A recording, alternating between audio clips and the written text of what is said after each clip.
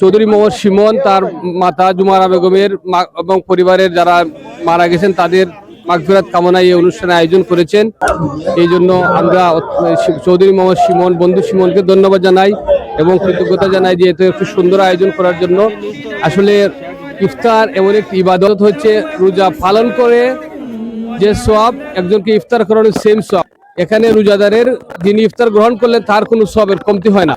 এজন্য আমরা যেন এইরকম অনুষ্ঠান সবাই করতে পারি এবং বেশি বেশি মানুষকে ইফতারে করাইতে পারি। বন্ধু শিমন যে আয়োজন করেছেন এখান থেকে শিক্ষা নেই। এজন্য আমরা সুশৃঙ্খল ভাবে বসে ইফতার গ্রহণ করার জন্য অনুরোধ জানিয়েই আমার কথা শেষ করলাম।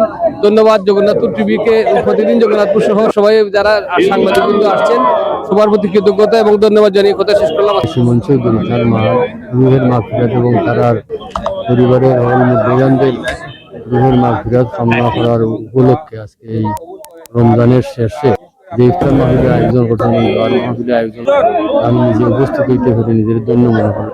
এই ফ্যামিলির প্রত্যেকটা মানুষের সাথে আমাদের আত্মীয়তার বন্ধন রয়েছে এবং আজকের এই ইফতার মাহফিল যাতে বলে আত্মীয়তার বন্ধনে আবদ্ধ আমরা মাগফিরাত কামনা করি এবং শিমন চৌধুরীর তার দীর্ঘায়ু আমরা কামনা করি।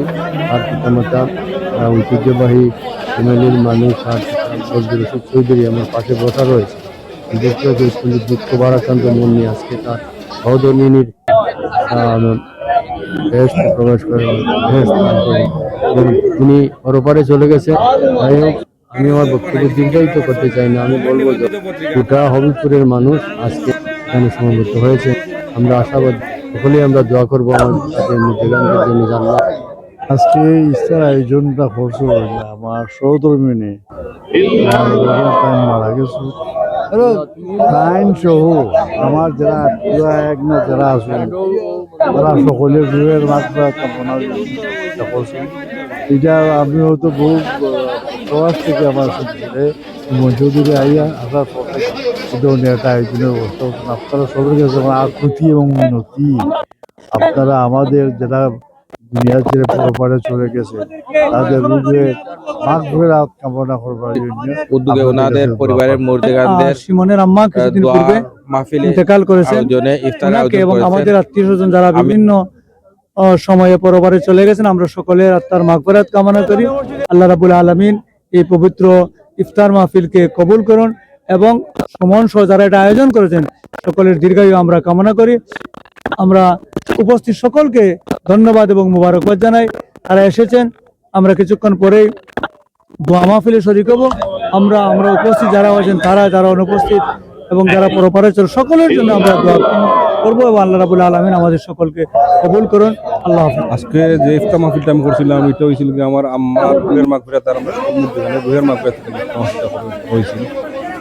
আর আপনারা সবরে আমি ধন্যবাদ জানাইলাম যারা যারা আজকে ইফতার মাহফিল আইয়া সুন্দর করছেন আজকে ইফতার মাহফিলটারে, আপনারা সবরে ধন্যবাদ। আর আপনারা সকলে আমার আম্মার লাগি দোয়া করবা, আমরা সকলে মোর লাগি দোয়া করবা, আমার পরিবারের সকলে লাগি দোয়া করবা।